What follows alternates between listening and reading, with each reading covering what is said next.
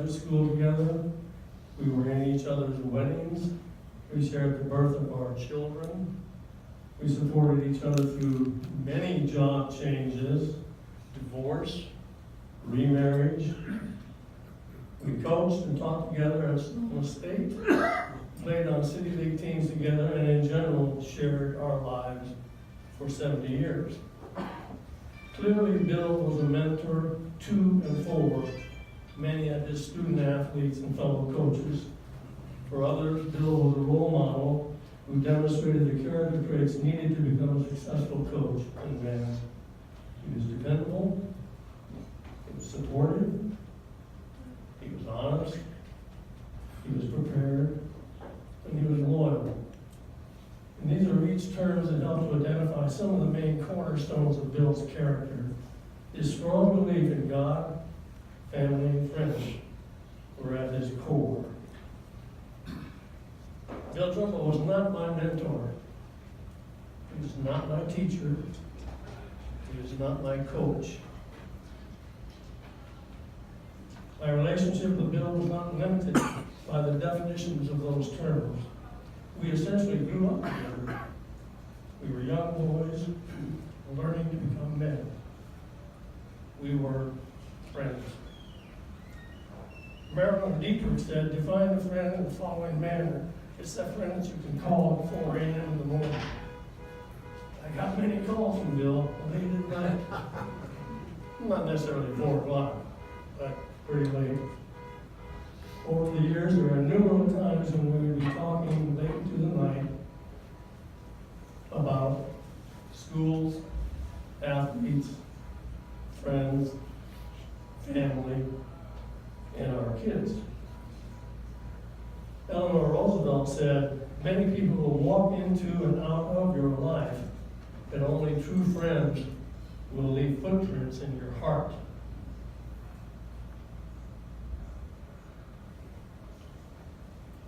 Bill's footprints are all over my heart. And the stories and the tales that it would take to identify all those are much too long to share. However, I will share one story with you about Bill and my relationship. Now, I adopted this story when we talked to Ken Flynn at the Hall of Fame, Bill, so you'll have to forgive me for hearing it again. I'll give you that disclaimer on the start. Bill, many of you don't know, came to Sonoma State as our baseball coach. And after our second year, my second year, basketball team had done poorly. Baseball team had done poorly. And neither Bill or I were really accustomed to being at the bottom of the heap. I had had some experience in Latin America, on national teams, University of New Mexico as an assistant coach. I felt like I knew what I was doing when I came to Sonoma State. Bill had been to Garden Grove High School, Culver Stockton College, and won championships, and was, a successful coach. However, he wanted out of Culver Stockton, and our department was fortunate enough to hire him as our baseball coach. Now, it was a new school. We didn't have scholarships. We belonged to the old Far West Conference, non-scholarship school. We weren't even really supposed to talk to people in our area. The school administration really didn't want to have an athletic program. But the likes of people like Bob Serrani and others in the room, there would not have been an athletic program. The local media was in a quandary as to even what to report. And we were afraid to call in, score. They would call us, you sure you want to talk about that score? The general feeling in the community was that Sonoma State was a hippie school. I suppose some of you remember that. Anyway, in that atmosphere, Bill and I decided to take wives at home, children at home that needed our attention. But we needed to get away. So one of the young men that played for me, a young man that I'm sure Tommy you coached against, Bill Heath from Ukiah, his grandpa had a ranch up there. And Billy said, Coach, if you ever want to get away for a day and go up here and do some hunting or something, you know, just go on up. So we contacted our friend Henry Trioni, who had some guns. We didn't have any. He loaned us some guns, and we decided to drive up to Ukiah, up to Old Man Heath's place, see if we could spend the day hunting, doing something different. On the way up, we talked about what it was we could do to try to turn the program around. We had all kinds of ideas. Bill was always full of ideas. For those of you who know him, know him. How are we doing over there? Come on, Johnny, I know you're down. I can't get it off. Bill having a good laugh. All right, thanks. Sorry about that. So anyway, we had all this paraphernalia going through our minds about what we could do, how to turn the thing around. Then we went up and found Old Man Heath's ranch. Now, one of the words that I talked about a minute ago was loyalty. And this story really embellishes, if you will, the true sense of loyalty between Bill and myself. So we got up to Old Man Heath's place. I said, hey, why don't you stay here? I'm going to talk to him. Knocked on the door. He said, hey, Coach, come on in. So good to see you. He says, come on in. I said, well, you know, Billy said it would be okay if we hunted on your place. He says, well, I'm so glad you're here. He says, you know, you guys are really working hard down there. He says, I know it's a new school and we're going through some hard times, but it's going to come around. He said, you're positive people, you're good people, and I know those programs will turn around for you. I said, well, thank you so much, man. That means a lot. We don't get any support, you know, where we are right now. So after we talked a little bit, told me about where we needed to go on the ranch to hunt. I was getting ready to go out the door. He says, hey, Coach, could you do me a favor? I said, well, sure, if I can. He says, you see that old mule against that tree over there? That sickly old mule has been in my family for years. He says, it needs to be put down. He says, I just can't bear to do it. So it's part of my family. I said, you want me to shoot your mule? He said, if you would. I thought, yeah. And when it's laid up here in this place and everything, I said, okay, you do it. Thank you so much. I closed the door and I'm walking out to the car and I'm thinking, Trumbo, I got you this time, buddy. Turned my face in, got my sour look on. Bill says, Doug, what's the matter? I said, Bill, you don't want any more. He said, yeah, I do. He says, that old man told us we were the worst coaches in the world. Our program sucked. We were never going to be any good. He said, and for all that, he said, just get off of my land. He didn't really. I said, yeah, you did, Bill. I said, I'm sick of it. I said, you see that old mule over there? He says, I'm going to shoot that mule. Wait a minute, Doug, wait a minute. I've known you a long time, but he said, you don't want to do that. I said, yeah, I do. I'm sick of it. So I opened up the door and got the rifle out and laid the rifle on the windowsill there. Bill saying, hey, Doug, let's think about this a minute. Let's take the time out. I said, Bill, I tell you, I've had it. Took a big breath, squeezed down on the trigger. Blam! It was a great shot. That mule right in the heart and fell over dead. Just as I was turning around, I heard two more shots. Bam! Bam! Says, I got one of their cows. Let's get the heck out of here.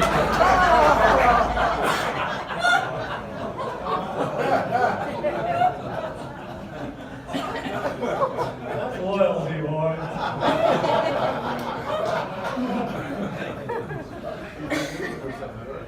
Good friends are hard to find, they're hard to leave, and impossible to forget. For me, Roy Trumbull, country, Bill, will never be gone, because they'll always be in my heart. I think, next, I think Steve Peterman is going to come up, and we're going to move on with the program. Steve?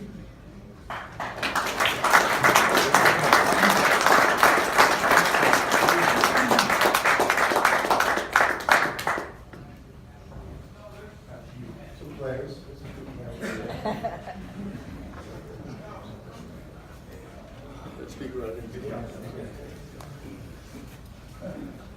Hi, my name's Steve Tiedemann. I played at Sonoma State for Bill. And, these are my teammates. We had the team that we played in 73 and 74 for Bill. His first two teams in Sonoma County. I'd just like to say that, you know, as part of what I thought about Bill was, I loved talking to the guy off the court, being with him. He was a special person to me. We surely enjoyed being around him as a team, and he was something special to us. I would just like to talk a little bit about him too. He left a lot of memories, and I know he's going to leave a lot. He left a lot of memories for all of us here that are here tonight. We get to think back of all the times we were with him, and those memories were special, I know. I'd just like to talk a little bit about our team. He was special, like Bill, like Doug said, we had no scholarships, and he went out and got all of us together. A lot of our teammates aren't here right now, but got a lot of players together, and we ended up winning 2 Far Western Conference championships at that time. That was the first time Sonoma State ever won a championship, and I think one of the amazing things, he was an amazing coach for us, and he was very fun to be around. We always look forward to playing hard for him, and the 2 years we were there, one statistic I think is pretty amazing, is that we were 26-0. We never lost a home game in 2 years.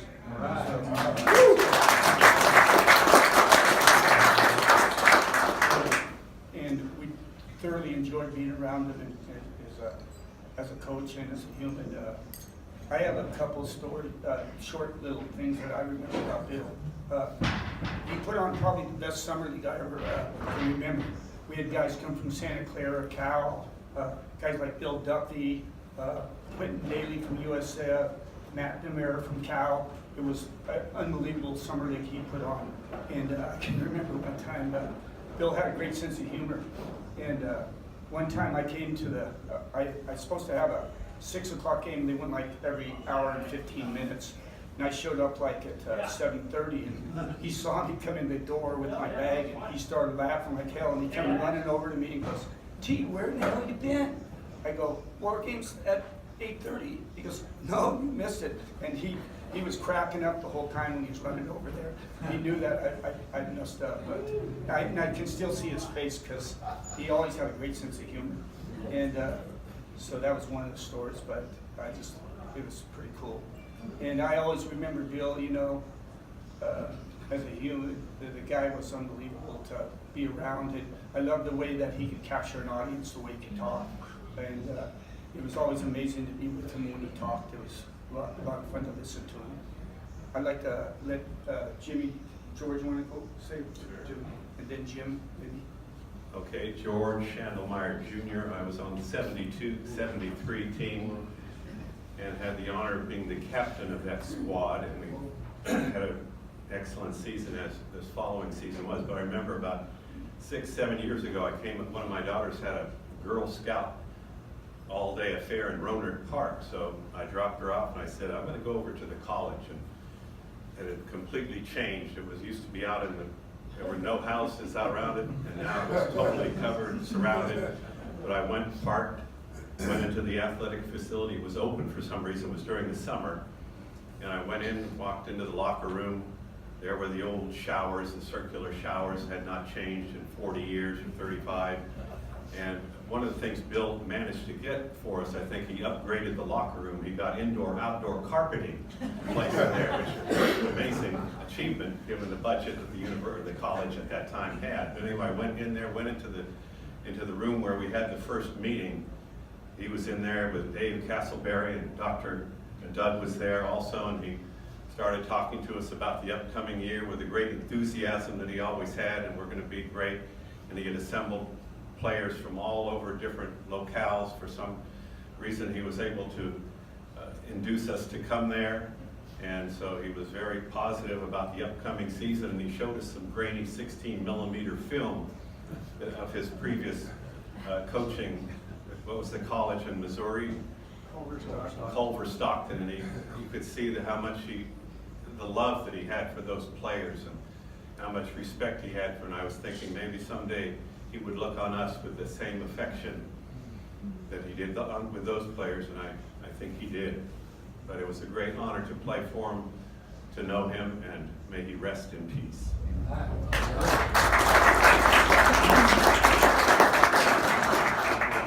My name is Jim Bristol, and I also had the very, very great honor to play for Coach Trumbo. And his record and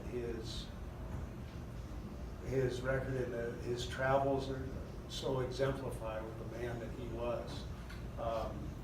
We were kind of fortunate to hook up with these fellows here, and we had a good run at it.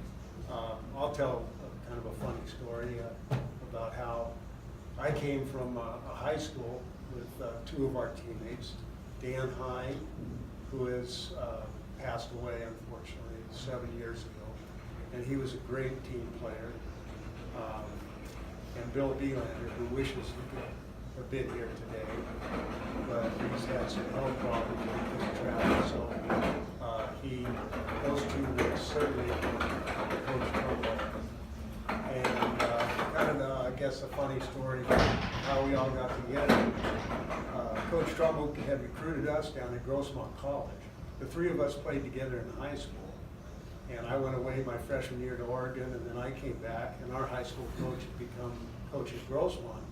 And Felix somehow knew Bill, and so he came down and he was recruiting us. And Danny decided to go to Sonoma State. And Bill and I decided to go to Humboldt State. And back then, like some of the folks have mentioned, there were no scholarships. And so the big thing was, well, what kind of job can you get us? What kind of easy, no work, high-paying job? That was the recruiting pitch. So we went up to, Coach Nikolai up at Humboldt had us a job out at Louisiana Pacific. And we were working out there for about a day. And then they gave us some jackhammers, and I was with Bill Beelander, and some of you know Bill Beelander, so you can imagine what happened. But we worked for a day jackhammering these little squares, and our hands are all messed up. We had never done that, didn't know how to hold a jackhammer. So then we go back to the apartment. Nobody's there. The town is dead. We call up Coach Nikolai and try and get in the gym, to try and play some basketball. And he says, "Oh, I can't do that. That's against NCAA rules." And then, so we were frustrated about that. And then finally, Beelander just said, "I'm out of here. This is it. I'm leaving." And I was like, "Well, okay, I guess I'll go too." He says, "I'm heading down to Sonoma State with Coach Trumbo." And I said, "Well, I'm with you." Well, the next morning, we didn't bother to call anybody about this. We just slept in. It was about 9 o'clock, and Beelander was in the bedroom, and I was on the couch, and we were staying in one of their players' apartments who wasn't there. And in comes Nikolai in the door, and he goes, "Hey, they called me out the middle. How come you guys aren't out there?" And I said, "Well, Coach, we decided to leave, and we're going down to Sonoma State." And so the rest is history. We came down, and Bill got us good jobs, but we ended up beating Humboldt State quite a few times. But I remember Bill as just a great leader. He had all the values and the strengths of a great coach, but he was a great leader, as you can see through his history, his basketball. Wherever he went, he was the leader. He was the man in charge. He was always with a smile on his face, always positive, and it was just a real honor to play for Bill Trumbo. And my kids ended up being wrestlers, and it's unfortunate, but Coach Dan Gable once had he made a statement that once you have wrestled, everything else in life is easy. Some of you have heard this. Well, I say about Coach Trumbo is once you've coached Sonoma State 73 to 74, everything else in life is easy.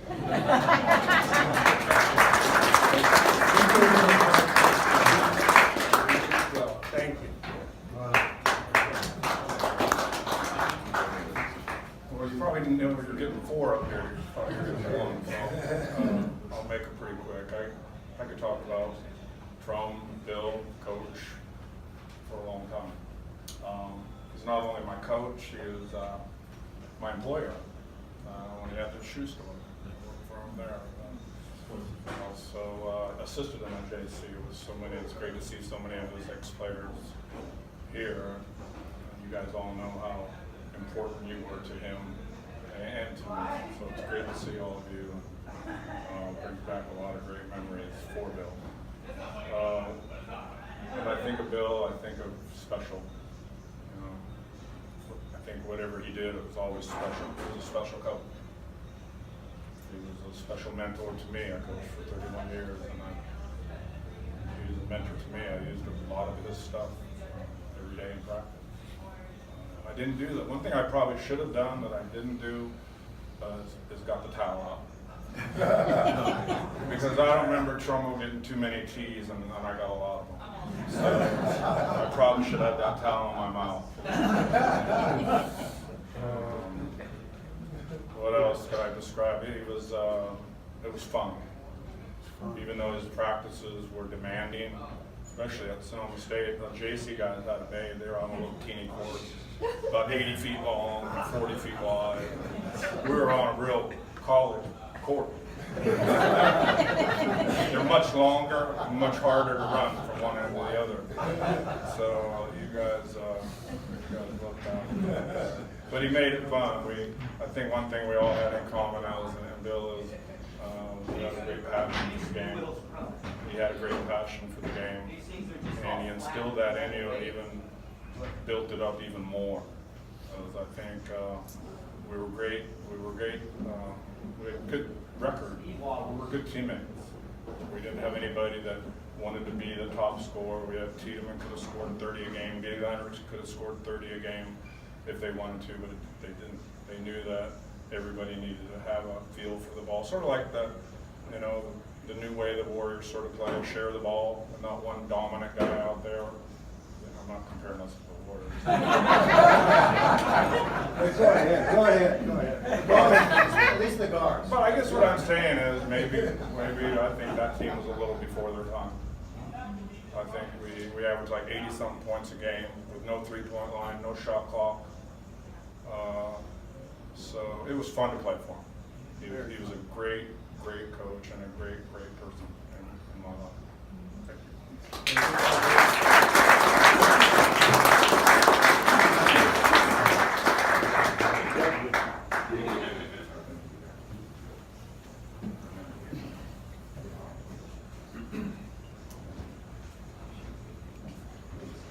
Hi, everybody. I'm Bill Fusco. I'm the former Director of Athletics at Sonoma State University. And I want to thank Tracy for giving me the opportunity just to say a few words about Bill. And I came to Sonoma State in 1997 and found out there wasn't an Athletics Hall of Fame. And with the help of Mitch Cox, our Sports Information Director, we started one the next year. And right away, as a committee, we knew that there were some great teams, some great coaches, and of course some phenomenal student athletes.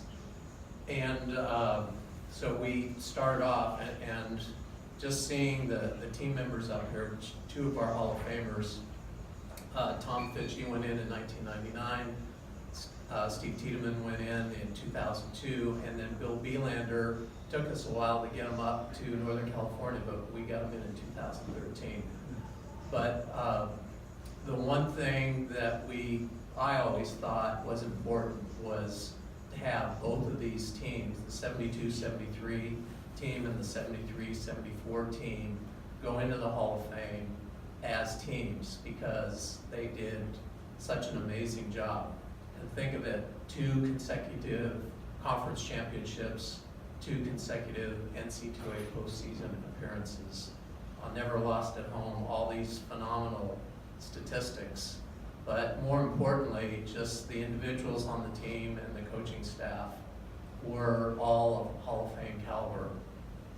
And so we did, as a selection committee in 2017, select both the teams to go into the Hall of Fame.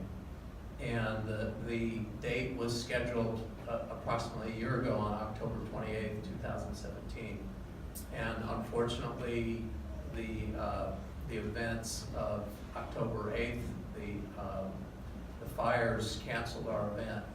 And I'm here today to say that both those teams will go into the Hall of Fame.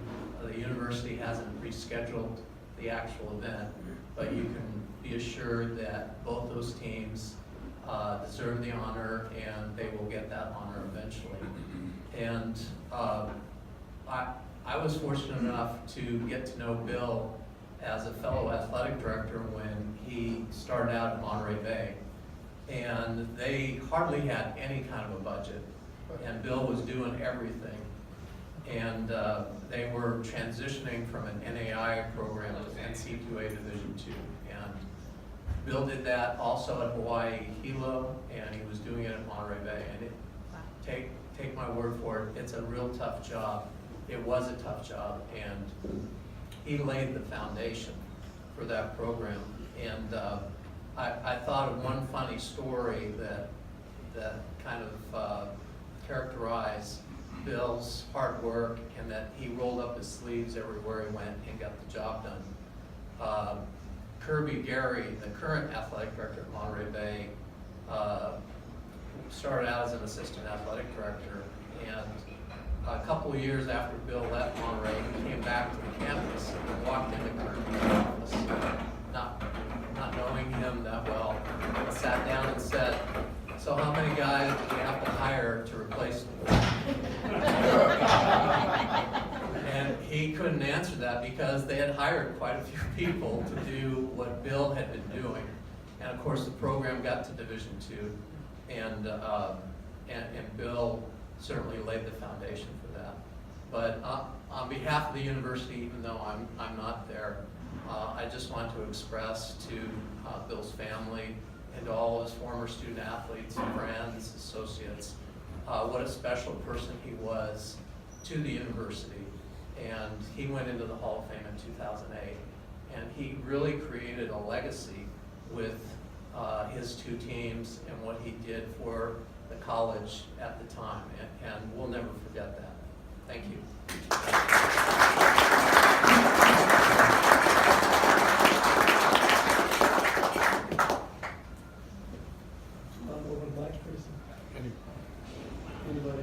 Yeah.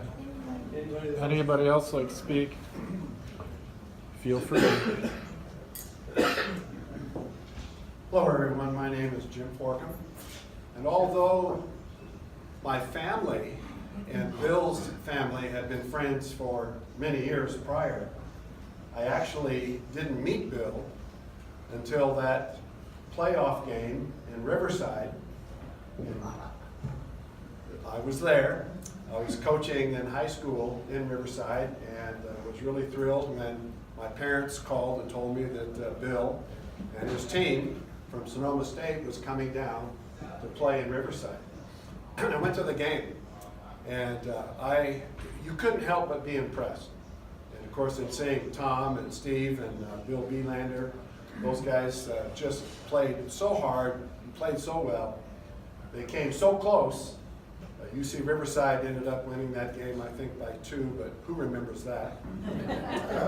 And I was so struck by the passion, the energy, the intensity that Bill had as a coach that cemented what would be a 50-year friendship. Our lives has crossed paths many times in many different ways. I coached for Bill at the University of Hawaii in Hilo. We were rivals for the athletic director dean job at Santa Rosa JC a number of years ago. We've been friends, we've attended church together, and I think when you look at the saying 6 degrees of separation, I really think with Bill Trumbo it's about 1 degree of separation. He has had such an influence on so many people, and not just in the athletics realm, but in his church and in his community, he's just amazing.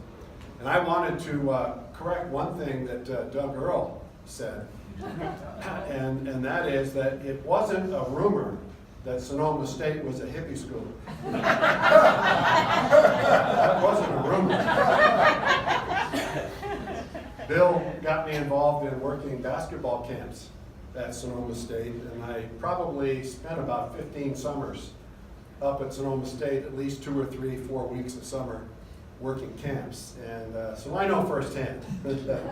But the only argument or disagreement that I ever had with Bill actually had to do with basketball officials, believe it or not. At Hilo, we played a long, big Division I schedule as a new Division II school. We played anywhere between 8 and 10 Division I schools. Those were the only schools that had the money that could get to Hawaii and get over to Hilo to play us. And the problem is we only had 2 certified officials on the Big Island that could call Division I level games. And so Bill wanted to bring over 2 officials from Oahu and then have 1 Big Island official. And my take on it was completely the opposite. I wanted 2 Big Island officials and 1 official from Oahu. And Bill was so afraid that if we gave a little bit of Hawaii home cooking to some of those Division I schools, they'd never come back. And I said, well, I understand the logic, but the bottom line is we get homered at home. Now, how does that happen? Well, the 2 officials from Honolulu would gang up on the Big Island guy. And in fact, one game, we were playing Auburn University. We were up at halftime. I walked down the hallway going to our locker room, and I had to break up a fist fight between the 3 officials. The 2 Oahu guys were beating up on the Hilo guy.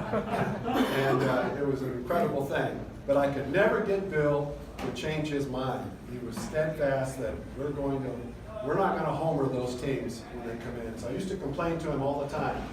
Well, we got homered again last night at home, Bill. I could never get him to change his mind. But 99% of the time, Bill was spot on everything. And I can testify to how hard he worked in both that program at Hilo and the program at Cal State Monterey Bay, because I just witnessed it firsthand.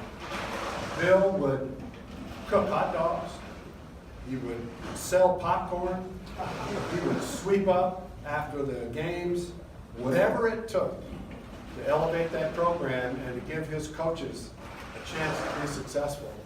He did it without question, and to him it was not just a part of the job, but it was who he is and what made him tick.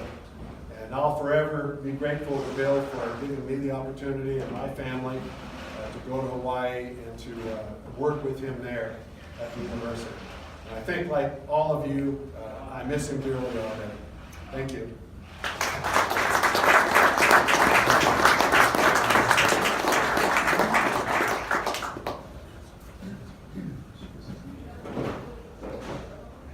Good afternoon. I'm probably the person, maybe it's come the longest way. I came from New York. But I have to because was this guy right here. I was the first head football coach at Sonoma State College, maybe the last. I came in 1969, we had a JV program, and then we graduated to the Far Western Conference in 1970 and 71, 72. And Doug, I think you were the person that brought Bill in to Sonoma State, but you might not remember this. We all the coaches, we all worked together because there weren't many of us. And for the months of late August, September, and even right up to the beginning of basketball season in October, Bill Trumbull was my secondary coach. Defensive backs. And I have to share with you, and very quickly, I went on, very fortunate, to coach and then into administration into the National Football League for almost 38 years with Philadelphia Eagles and then the Kansas City Chiefs for the 20 years, the last 20 years as the president, GM, CEO of that. But this secondary coach had some of the most extraordinary defensive back drills I have ever seen in my life. And it was obviously, taking the ball off the backboard and getting it out to the outside and so forth.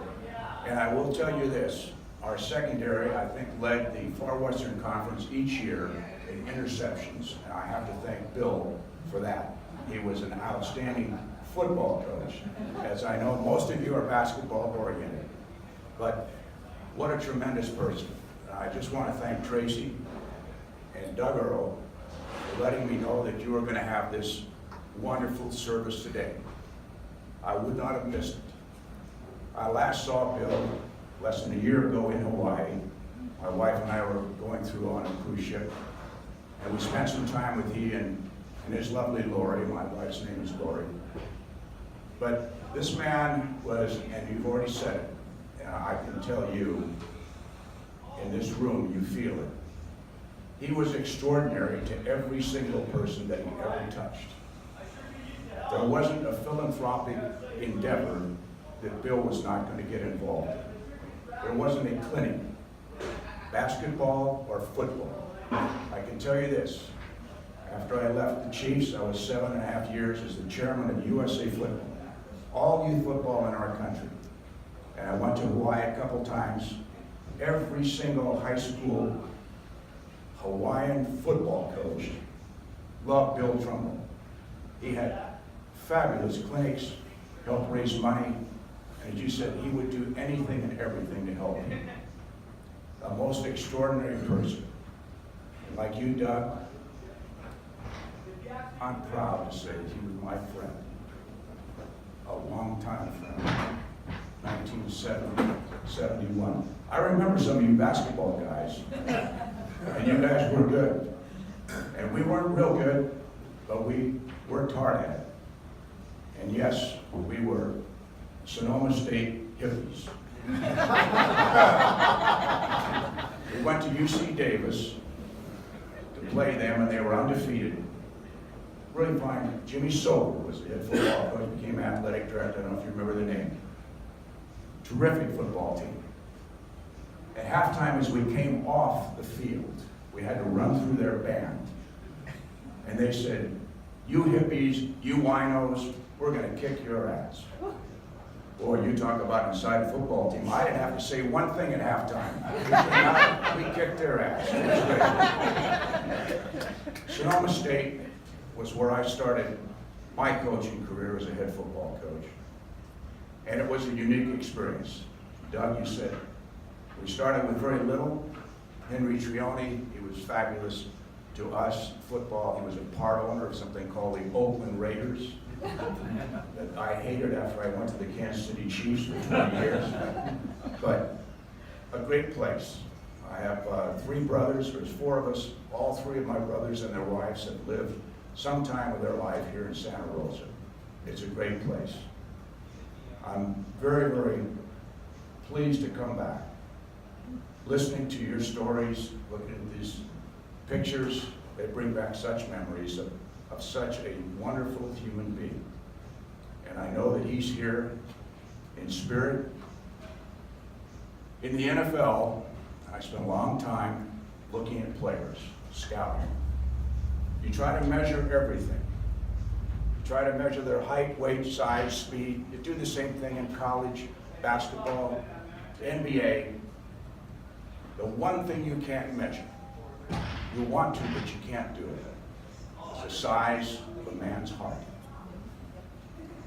This man's heart is yesterday in Hilo, Hawaii, today in Santa Rosa, next week in Monterey, California. I'd like to raise a toast. I'd like you to grab a glass.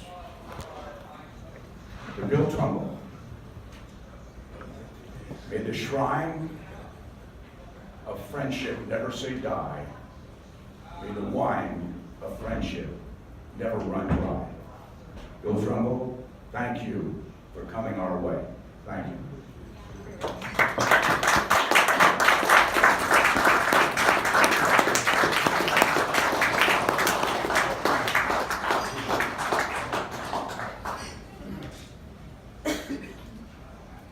First, giving honor to God and all of you who made it tonight. My name is Dave McCall, and I came up here in '79. I went to Utah State, and I was going through some stuff up there, struggling, and was deciding to leave to go to another college. And I went to school with my buddy here, Keith McDonald, and he kind of said, you know, I know a coach, man, man can help you. He had just played for McDonald the year before. I mean, he played for Coach Trumbull the year before with him and Ken Jones, and they had a pretty good year, pretty good season. And so I came up, I called Trumbull, and to come look at the school. He said, well, come up and see us play. So I drove up from San Francisco, and they were playing against Los Madonnas. Les Connors was playing on the team. And so I come to the game, and the score was 4-2. That was the end of the score. And I was going like, so Trumbull put together this strategy that said, you know what? I'm not going to let Les Connors beat us tonight. So he put together a score where he just kind of was running around, never shot the ball. You know, it's like, he didn't care what measure he had to win. He just said, we're gonna try to win the game. So the score was 4-2. That was the end of the score. And I never saw a game like that. So I'm going like, man, I'm not going to play with this guy. Man, he don't even shoot the ball. So I talked to him on the phone. He said, come up and see another game. This was something, you know, I was just trying to win that game with a different strategy. Come on. So I came up and see another game, and they was running this team. They were running the first quarter, and in the last quarter they were still looking the same. They just running. And I was going like, man, the energy just stayed at a level. I was going like, wow. So I was kind of impressed, and I was kind of like what Coach Fitchie was saying, that everybody was sharing the ball. You didn't know who was going to hit you, who was going to shoot. It just was. And I said, okay, I kind of like this. And then I came up, so it took me a long time, but decided to go to City College or come up here. So I come up here, and I decided to go with him. And then I'm looking at all the guys, and you can see we all slim because he had a running program that was, oh my goodness, it was just, so I was kind of scared. He didn't prepare you for a game, he prepared you for a season.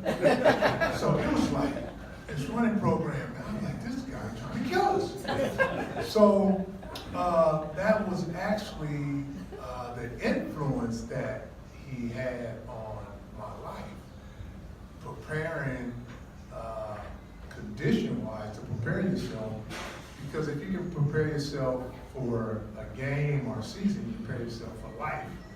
And it just influenced me on how to really prepare myself when I compete for anything, how to go the extra mile and the extra yard. We had a pretty good season. We went to the playoffs, but it wasn't like one of the great teams, the undefeated teams. But he just had this tremendous influence on me, and I just appreciated, like you say, after you left playing for him, I just felt powerful as an athlete and as a basketball player. It's like, yeah, I played for Coach Trumbull. it just had this great feeling, man. So he's just a powerful guy with influence, and I just enjoyed playing for him. I got a chance to see him when he played in Monterey and talk to him a little bit, and I just was sad to hear that this time, his time has come, but we all have to we all gonna meet that road at some day. We have to face Christ, and he's in a better place. And I just appreciative that you invited me here today. I got a chance to be a part of this and pay my respects to him. And my condolences go out to the family. And I hope you guys stay strong. And he's gonna always be in my heart. Thank you.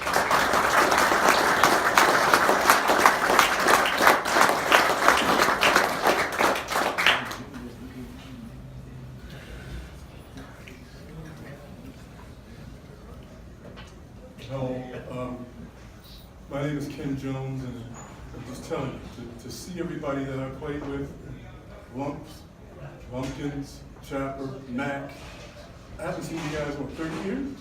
That's crazy, it's crazy to me. But Coach T, I tell you,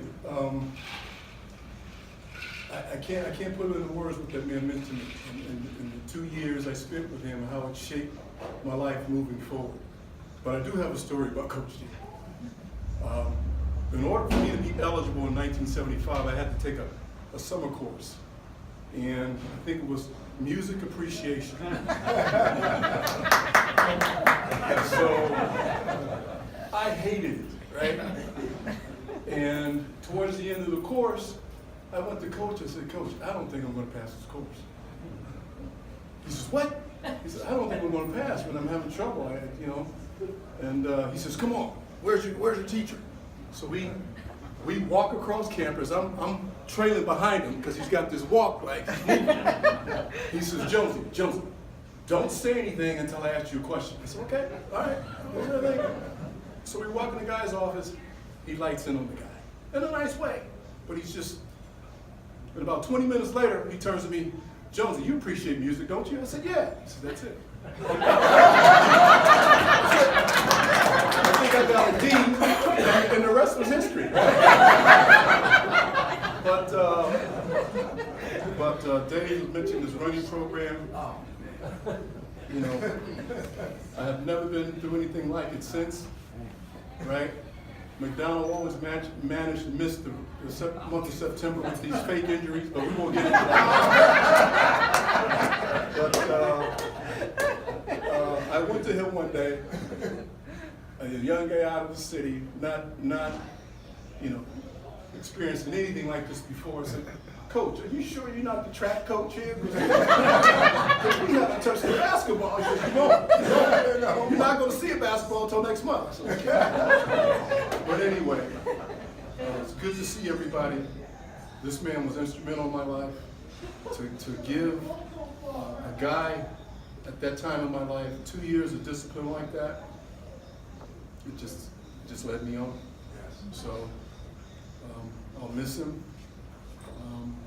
He put me up for the California Junior College Hall of Fame a few years ago, called me out of the blue. He said, Jonesy, I said, this is Coach T. He says, you're up for Hall of Fame, California Junior College Hall of Fame. I said, you're kidding me, man.